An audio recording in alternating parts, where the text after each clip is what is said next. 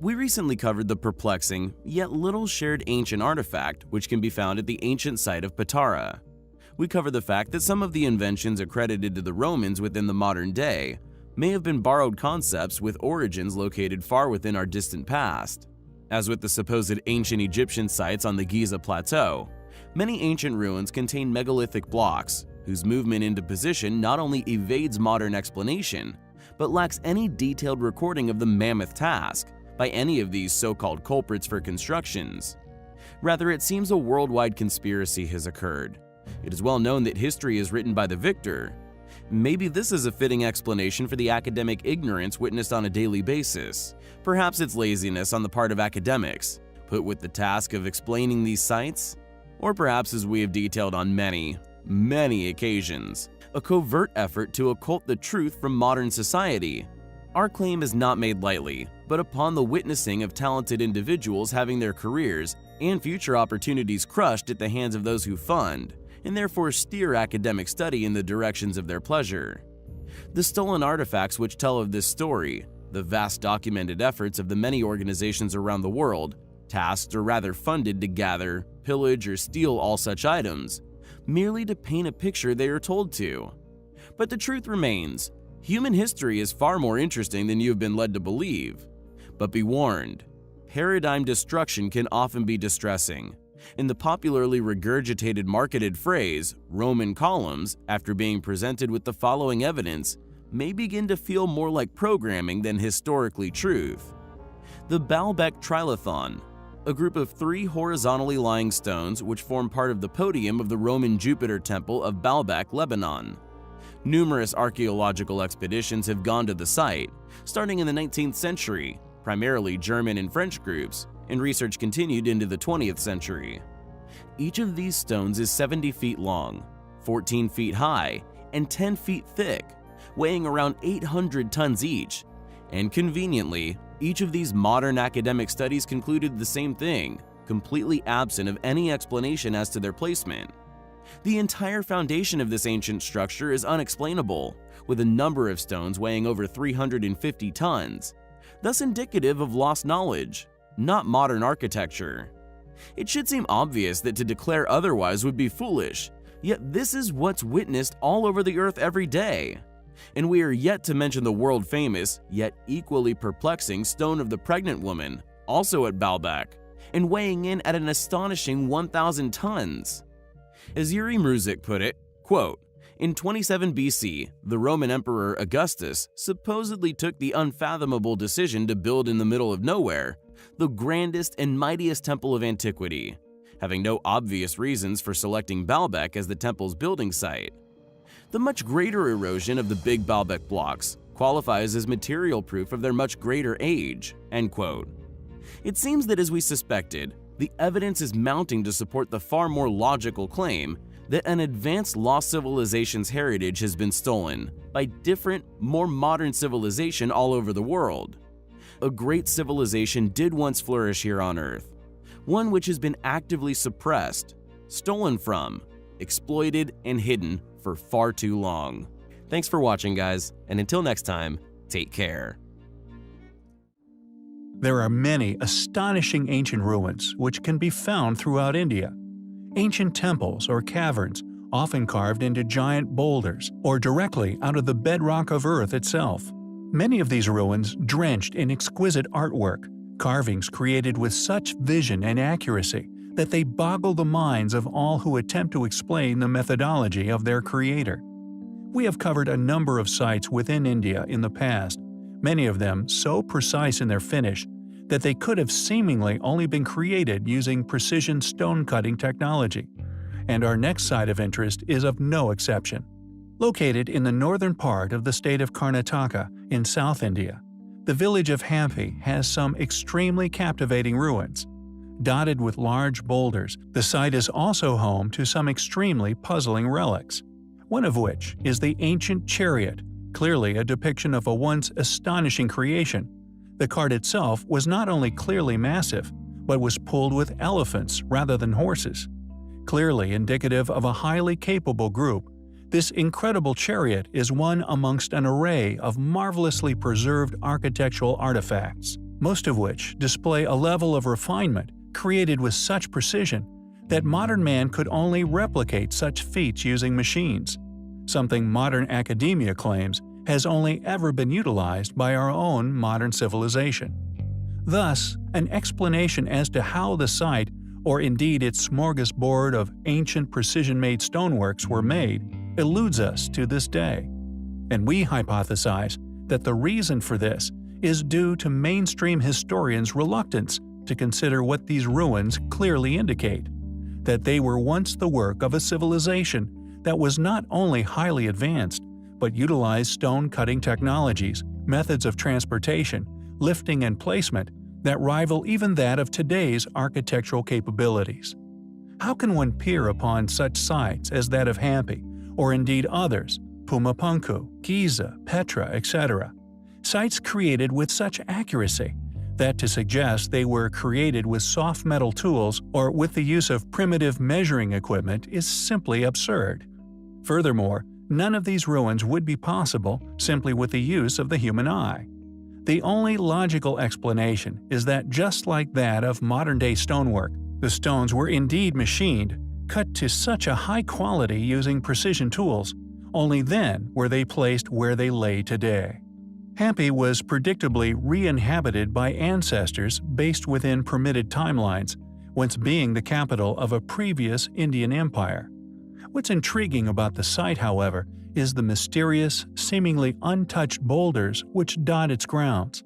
The question is, although they now appear to be geological, were they in fact once relics themselves, left by an even earlier civilization? If not, then why were these stones left where they are found today? Why were they built around rather than utilized, carved, or shifted? They were clearly once of significance, and due to the fact ancient sanctuaries and fortresses are often re-inhabited, the possibility that they were indeed once carvings would logically make sense. The questions would be, just how old is this civilization? Who built the ancient site of Hampi? How did they build it? Were ancient high technologies utilized in its creation? If not, then how was it constructed? It is a place which we find highly compelling. Continuing on from our previous video where Don discusses the amazing and incredibly intricate artistic wonder that is the Kailash Temple, we felt it a good time to cover another incredible ancient wonder, and indeed set of rock-cut temples known as Madain Saleh. Predictably a little shared enigmatic site, it is located within modern-day Saudi Arabia. Purportedly dating from the Nabatean Kingdom, 1st century AD, it is the southernmost settlement after the better-known, yet no less impressive Petra, made famous by the Indiana Jones epics. In 2008, UNESCO proclaimed Madain Saleh a Site of Patrimony, becoming Saudi Arabia's first World Heritage Site. 131 rock-cut monumental structures said to have been built as tombs. However, as they were cut with such precision, their existence is clearly a mysterious one. Very little is known regarding the ancient builders of these sites. The little we do know was left on several mysterious and invaluable plaques, which adorn a select few of these rock-cut structures. Although the insides of the tombs appear to have been rather crudely finished, the outer exteriors are clearly phenomenally refined. For a civilization even a mere 2,000 years ago to have managed to create such precise structures remains a tough thing for mainstream archaeology to explain. Just like the many other sites, Pumapunku, Giza, etc., they display a far superior level of ability to that of which we are led to believe. And as always, mystery history presumes it is not the historic record which is incorrect, but rather the antiquity of these structures which is actually being hidden, their true age concealed and attributed to a post-cataclysmic civilization rather than their true creator. The Nabateans, the academically claimed builders, were quite advanced for their chronological position within history regardless, supposedly having a strongly democratic society, sharing wealth and land equally amongst the tribe. They also displayed an incredibly complex understanding of hydraulic systems.